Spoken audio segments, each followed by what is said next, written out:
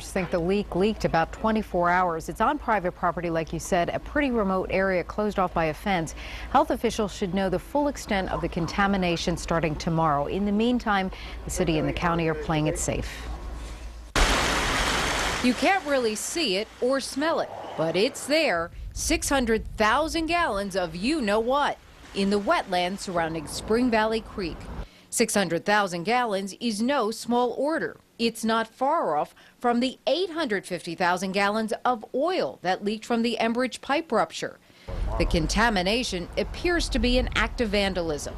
City workers found planks of wood stuffed down the sewer line. Oddly, wood likely stolen from an environmental project in the area that was trying to protect the wetlands.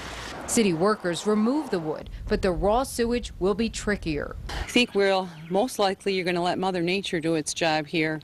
The sewage will obviously eventually be diluted. We'll find out when we do the additional sampling. The creek feeds into Averill and Spring Valley lakes, a favorite spot for running, canoeing, kayaking, and fishing. The advisory came out this afternoon before these visitors were aware of it.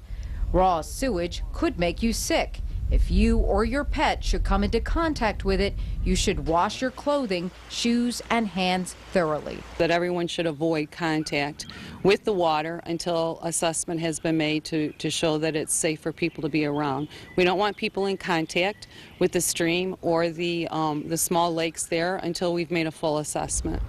And again, that assessment will begin tomorrow when workers start taking samples of surface water. They will continue to monitor the water until they feel the sewage is fully diluted, which could be affected by a number of factors, including the weather. We're at the live desk. Ann Schieber, 24 Hour News 8.